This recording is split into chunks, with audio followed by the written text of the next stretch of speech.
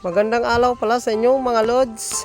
Ngayong araw na ito mga lods, nakabili ako ng TV, 3 piraso. Binayaran ko siya ng halagang 300. Ayan mga lods, ibaba ko na mga lods yung nabili kong TV. Para may baklas ko na at may ibenta ko na rin sa junk shop mamaya-maya. Inuna ko na yung isa mga lods dahil magaan lang. Ayan mga lods, akalain mo sira na yung TV na yun mga lods. Pero sa ibang bansa itinatapon na yan mga lods, pero dito sa atin napapakinabangan pa natin, no? Nare-recycle pa. Ayan mga lods, sinusunod ko na yung isang maliit na kayang-kaya ko buhatin mga lods. Ayan, tatak nyan mga lods sa Sony at saka Sanyo. Dito talaga ako lods sa malaki na to, nahirapan ako talaga rito. Halos lumabas yung 2 lansones ko sa kakabuhat-buhat.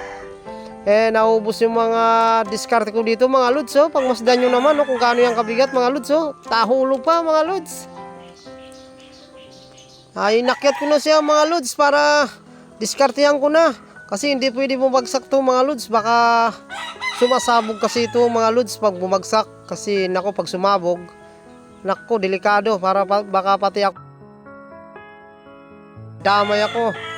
At magkasugat-sugat, magkalasak-lasak ang buong katawan ko.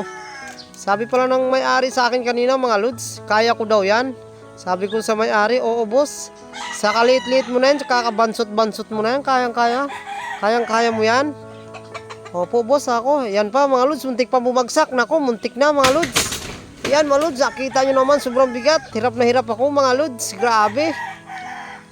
Ito pala mga lods, kinuha ko na yung pambaklas ko sa mga kalakal ko mga lods para umpisaan ko ng baklasin mga lods at may paiwalay-walay ko na, masegregate ko na mga lods. Medyo nahirapan ako na talaga dito sa malaki na itong mga lods. Parang gusto magsiputukan yung mga ugat ko mga lods, grabing bigat.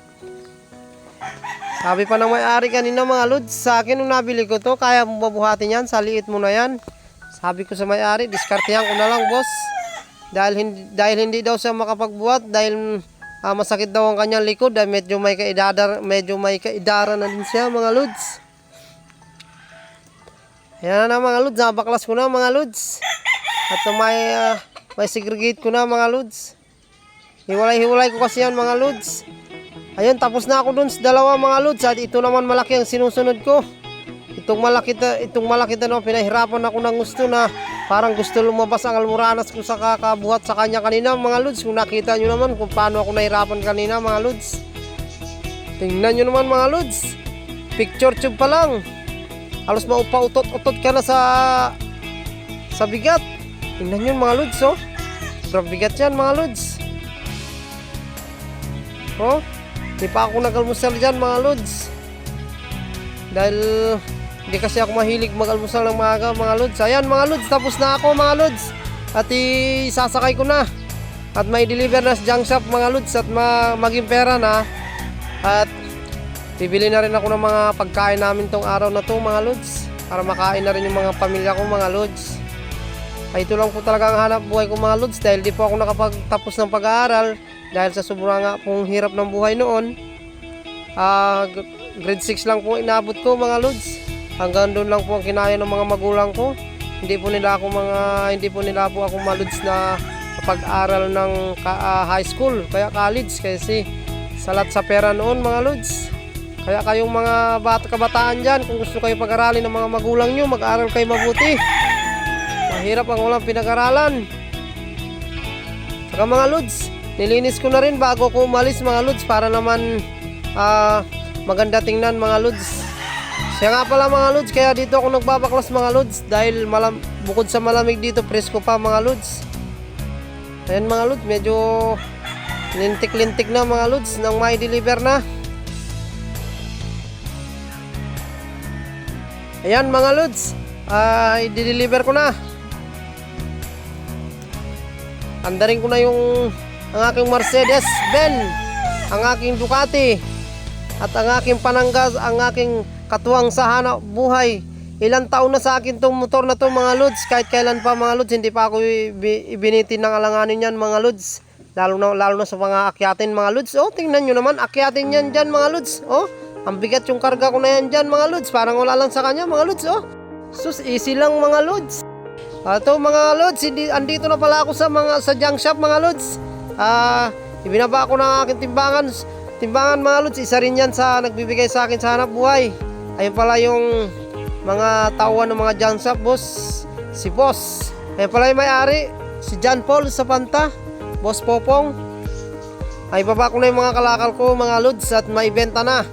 Pag uwi ko mamaya lods, bibili ako ng ulam namin mga lods na makakain ng mga anak ko mga lods.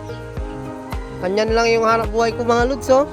Pero marangal mga lods, pinapakain ko sa tamang paraan ng aking mga pamilya mga lods. Wag lang galing sa masama.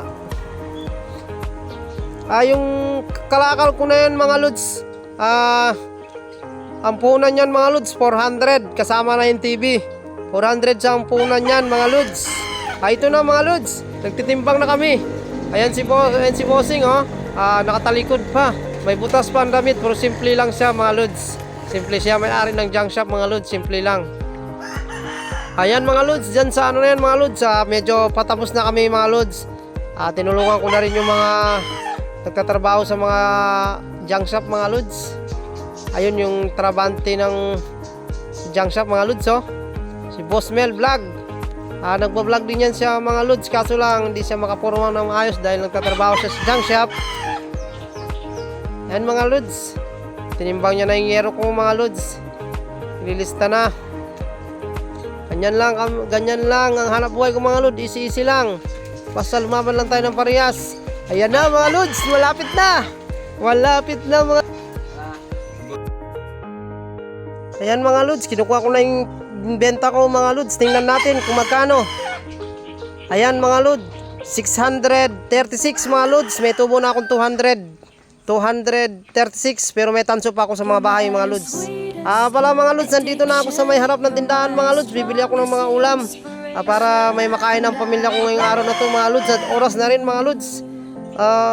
Dito na ako bibili mga lods. Ano kaya bibilin kong ulam mga lods? Yung makamura lang sana ako.